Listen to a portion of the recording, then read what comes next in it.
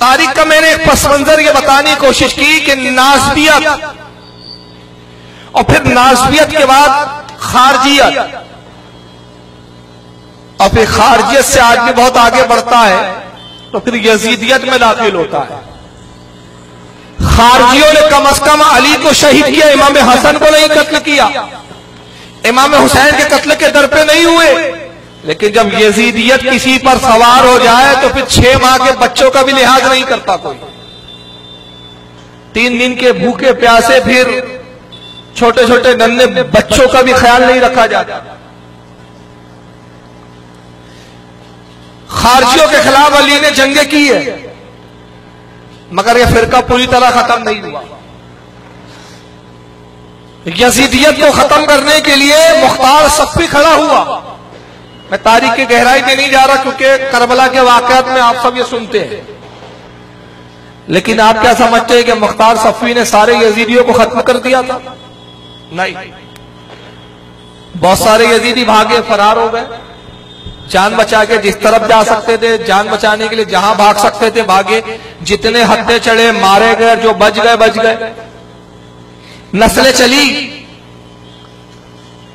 लेकिन चूंकि एक हुसैन पाक करबला में शहीद हुए, लेकिन हजारों गुलामान हुसैन पैदा हो गए।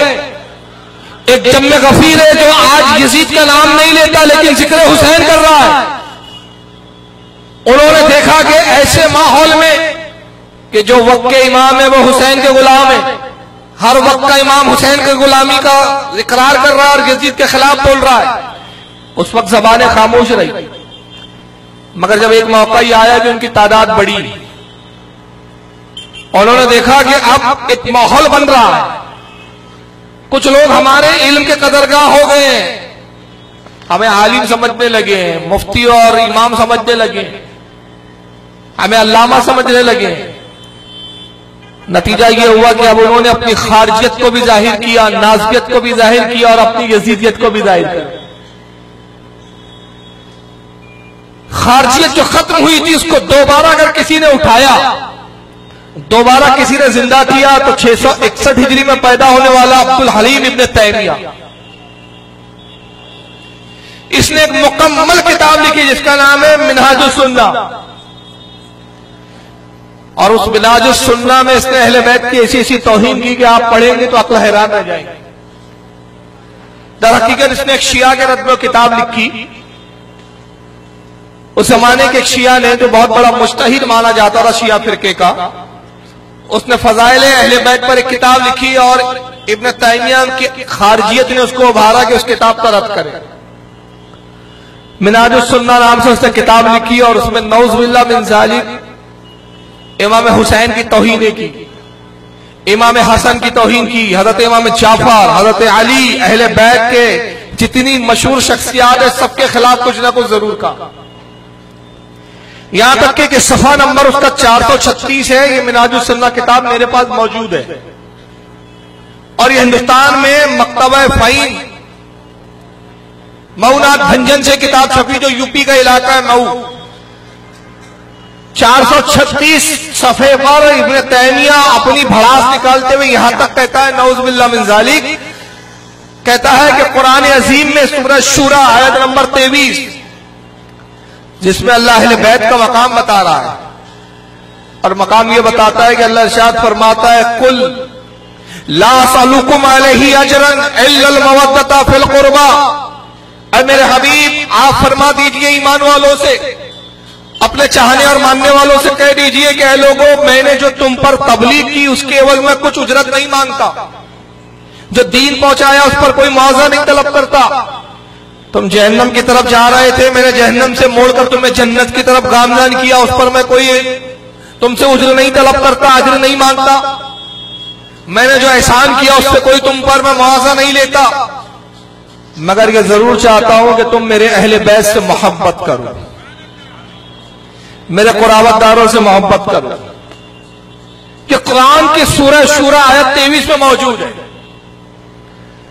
इब्न तैमिया अपनी भड़ास निकालते हुए सफा 436 मिनहाजुस सुन्ना में कहता है कि इस आयत के जुमरे में इमाम हसन और हुसैन दाखिल ही नहीं। क्या मतलब? मतलब ये कि वो कहता है कि कुरान ने कहा कि नबी के अहले बैत से मोहब्बत करो, तो अहले बैत में हसन और हुसैन है ही नहीं।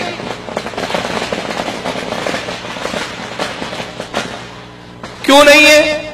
अब उसकी दलील सुनिए। मैं उसी के अल्फाज पढ़ रहा हूं जिसका तर्जमा मेरा नहीं है, किताब अरबी में, लेकिन तर्जमा एहसान इलाही ज़हीर जो गैर मुकल्लिदों का बहुत बड़ा अल्लामा था, मर गया, उसी का तर्जुमा है, इन्हीं की जमात के आदमी का। और वो तर्जमा मिनवान पढ़ रहा हूं। इब्न तैमिया कहता है कि यह साफ झूठ है कि इस आयत के हुक्म में हसन और हुसैन शामिल है। बिलाशुबा यह आयत मक्की है। जब यह आयत उतरी तो उस वक्त अली और फातिमा का निकाह भी नहीं हुआ था। सैयदना हसन और हुसैन की विलादत को तो उस वक्त सवाल ही पैदा नहीं होता। कहता इस आयत में कि अहले बैत से मोहब्बत करो, हसन हुसैन नहीं है। वजह यह है कि जिस वक्त ये आयत नाजिल हुई, यह आयत मक्का में उतरी, और जब मक्का में उतरी तो उस वक्त तो अली और फातिमा का निकाह ही नहीं हुआ था, तो हसन हुसैन का तो पैदा होने का सवाल ही पैदा नहीं होता। तो जब ये पैदा ही नहीं हुए तो इस आयत के जुमरे में कहां से आएंगे? यह है इब्न तैमिया की अकल। और ऐसे बददिमाग को ये अपनी जमात का बहुत बड़ा पेशवा और इमाम समझते हैं। आइए मैं इस ताल्लुक से एक मिसाल आपके सामने रखता हूं और फिर एक हदीस से दलील दूंगा। मिसाल के तौर पे ये हमारे हनीफ भाई सामने बैठे हुए हैं। अब मैं हनीफ भाई का नाम जानता हूं इसलिए उन्हीं का नाम ले रहा हूं। हनीफ भाई उनकी अहलिया है, उनके भाई है, साथ में मिलकर रहते। हनीफ भाई दुबई जा रहे हैं किसी काम के सिलसिले में। उन्होंने एक नौकरी के लिए वो एप्लीकेशन डाली, एप्लीकेशन मंजूर हो गई। अब हनीफ भाई जाना चाहते हैं दुबई, मगर जिस वक्त दुबई जाने की तैयारी कर रहे तभी इनकी अहलिया खुशखबरी सुनाती है कि मैं हामला हूं, बच्चा होने वाला है। अभी बच्चा पैदा नहीं हुआ है, सिर्फ हामला होने की उसने खुशखबरी सुनाई। हनीफ भाई ने कहा जाना तो पड़ेगा, वरना इतनी अच्छी नौकरी, इतना अच्छा काम हाथ से निकल जाएगा। अपने भाई को बुलाया और भाई को बुला के वसीयत की, कहा कि देखो भाई मैं तो जा रहा हूं, 2 साल के बाद लौटूंगा,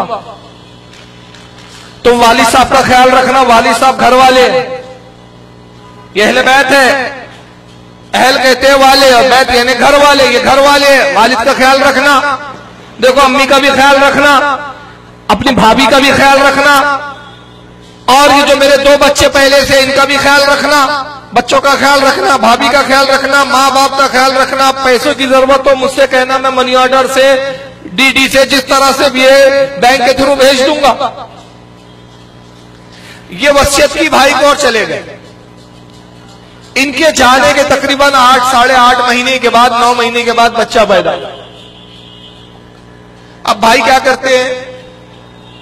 माँ बाप का ख्याल रखते हैं, इनकी बीवी का, अहलिया का यानी भाभी का ख्याल रखते हैं, लेकिन उस छोटे बच्चे की तरफ तवज्जो नहीं। बच्चा बीमार हो जाए दवा लाके नहीं देते, दूध की जरूरत है दूध लाके नहीं देते, कपड़ों की जरूरत है कपड़े नहीं लाके देते, डायपर की जरूरत है डायपर लाके नहीं देते। बच्चों की जितनी जरूरियात है कोई पूरी करने के लिए तैयार नहीं। अब भाभी बार बार कहती है भाई से, हनीफ भाई के भाई से कहती है कि भाईजान आपके भाई ने तो वसीयत की थी कि ख्याल रखना, ये कैसा ख्याल रखते आप? मेरे बच्चे के लिए दूध का इंतजाम नहीं करते, मेरे बच्चों के लिए आप कपड़े नहीं लाते, दवाई नहीं लाते। तो जनाब इनके भाई साहब कहते हैं कि सुनो भाभी जान, जिस वक्त हमारे हनीफ भाई ने वसीयत की थी उस वक्त ये पैदा नहीं हुआ था, तो इस वसीयत का मैं पाबंद नहीं। बताइए ये अक्लमंदी का जवाब है? बोलिए, हाँ आवाज आ रही है कि नहीं आप तक? अरे हर अक्लमंद आदमी समझेगा ये उस वक्त था नहीं, लेकिन घर वाला है, खून हनीफ भाई का है, गोश्त हनीफ भाई का है, शहजादा हनीफ भाई का है। तो अगर इमाम हसन और हुसैन जिस वक्त ये आयत उतरी नहीं, पैदा नहीं हुए तो क्या हुआ? लेकिन है नबी के घर वाले, खानदान नबी का है, बेटे नबी के हैं, गोश्त नबी का है, खून नबी का है, और ऐसे नबी से ताल्लुक है कि नबी ने बाज़ाब्ता अपने खानदान में किसी के लिए नहीं कहा सिवाय हुसैन पाक के लिए, हुसैन मिन्नी व अन्ना मिना हुसैन, हुसैन मुझसे है और मैं हुसैन से हूं। सुभान अल्लाह सुभान अल्लाह, बहुत अच्छा माशाअल्लाह। हुसैन मिन्नी वाना मिनल हुसैन, हुसैन मुझसे और मैं हुसैन से हूं, और ये कह रहा है कि घर वाले ही नहीं। तो नबी तो हुसैन को अपना कहकर खानदान अहले बैत में शामिल करे, और फिर मेरे आका ने कहा लोगों सबका नसब सबका खानदान बेटों से चलता है, मेरे पापा से चलेगा। ये मेरे खानदान वाले हैं, ये मेरा शहजादे हैं, ये मेरा गोश्त है, मेरा खून है। मगर इब्ने तैमिया साहब की अकल देके कहा कि उस वक्त आयत नाज़िल नहीं, इसलिए अहले बैत ही नहीं है। ये कौन होता है कि नबी के शहजादों को नबी के खानदान से निकाले? तो जो नासबिया दफन हो गई थी, जो खारिजत फना कर दिया था हमारे इमामों ने और हमारे उलमा ने, उसको दोबारा 600 हिजरी में दोबारा जिंदा किया गया, 700 हिजरी किया गया। जबकि हमें हदीसे से पता चलता है कि ये आयत गोया सिर्फ मक्का में नाजिल नहीं हुई बल्कि मदीने में भी नाजिल हुई है। ये मजमऊ ज़वाइद में किताब आपको मॉनिटर पे दिखा रहा हूं, दिख रही है? अरे हाँ या ना, दिख रही है? बोलिए भाई, वैसी पटाखों से बहुत डिस्टर्ब हो रहा है। ये मजमऊ ज़वाइद अल्लामा इमाम हैसमी की हदीस की किताब है, इसकी जिल्द नंबर 9 है, सफा नंबर 190, और हदीस नंबर है इसकी 14,982। इमाम हैसमी क्या फरमाते हैं?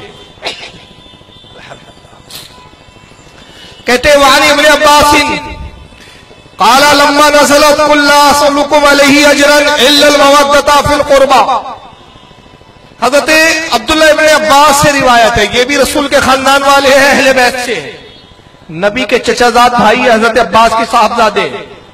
अब्दुल्लाह इब्ने अब्बास से रिवायत है, वो कहते हैं कि जिस वक्त ये आयत करीमा उतरी, कुल ला असलुकुम अलैहि अजरन इल्ला अल मवद्दता फिल कुर्बा, ऐ नबी कह दो अपने चाहने वालों से, मैं तबलीग के दीन पर कोई उजरत नहीं मांगता, मगर ये कि तुम मेरे अहले बैत से मोहब्बत करो। जिस वक्त ये आयत नाजिल हुई, जिस वक्त ये आयत उतरी, कालू या रसूल अल्लाही वमन कराबतो का हाउलाई लजीना वजबत अलैना मवद्दतुहुम। तो सहाबा ने रसूल से पूछा, ऐ अल्लाह के नबी सल्लल्लाहु अलैहि वसल्लम, या रसूल अल्लाह हमें बताइए वो आपके कौन से कुराबतदार है, वो आपके कौन से अहले बैत है, कौन से खानदान वाले कि जिनकी मोहब्बत अल्लाह ने हम पर वाजिब की है? कौन लोग हैं जिनकी मोहब्बत हम पर वाजिब है? काला अलीयुन व फातिमा व अबनाहुमा, का सुनो वो अली है, फातिमा है और उनके दो शहजादे हसन हुसैन। और इमाम हैसमी ने आगे फरमाया कि इसको तबरानी ने भी लिखा और इसके रावी जो है वो सिक्का है।